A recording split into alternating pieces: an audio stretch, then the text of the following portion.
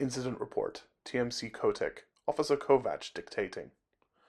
At approximately 1900 hours last Thursday, the mining vessel Kotek arrived at the Europa station. Aboard it was all the helium-3 it had been sent out to collect. However, the vessel arrived deserted. The Kotek was manned by a crew of 12, all absent upon the ship's arrival. The ship's AI, Otis, was found to be functional.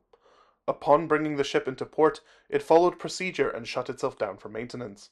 When the crew failed to report to the harbour master, a dock officer led a small group of workers on board the ship to investigate. Upon boarding, the workers found the atmosphere to have been vented. Fearing the crew to have been victims of foul play, the group searched for any remains. It was at this time that myself and Harbour Master Cliff were requested to attend the situation. The airlock featured light damage in the form of scratches along the inner walls. In the moment, this was attributed to general wear and tear of the ship's usage. On closer inspection, trace amounts of organic matter was found within the scratches.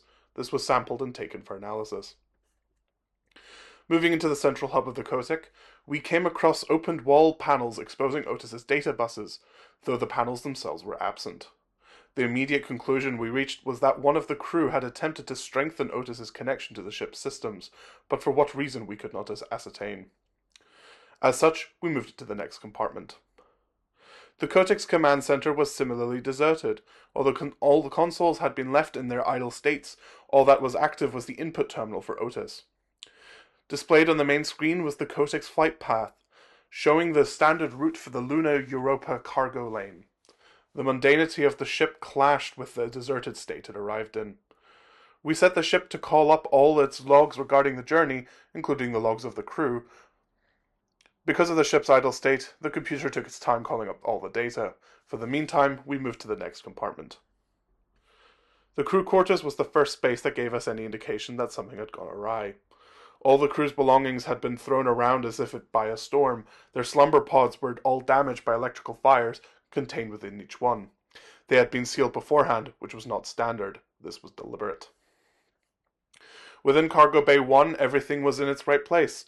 All the helium-3 that the Kotek had been hired to transport was stored safely in its tanks, so we concluded it was not piracy behind the crew's disappearance. More scratch marks were found along the surfaces nearest the entrance hatch, but as in the airlock, they appeared to be consistent with the general wear of a cargo vessel. The Kotek's auxiliary cargo bay stored their food supply and living supplies. The bay itself appeared as expected. However, the amount of rations still present was perplexing. Even if they, for whatever reason, decided to ration out their food supply, they still should have used more than what was present.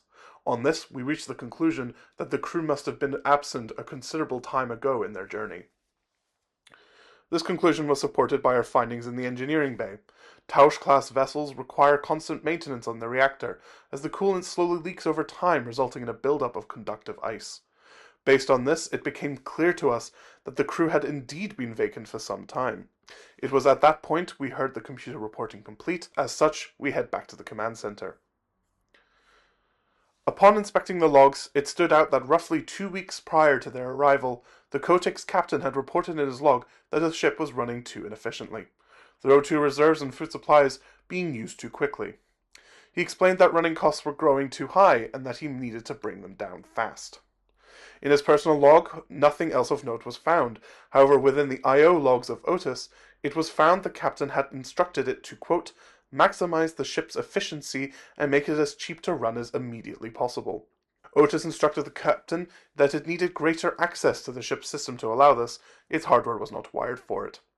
The captain then wired Otis into the mainframe, giving Otis full control of the Kotek, upon which it vented the atmosphere and the crew along with it.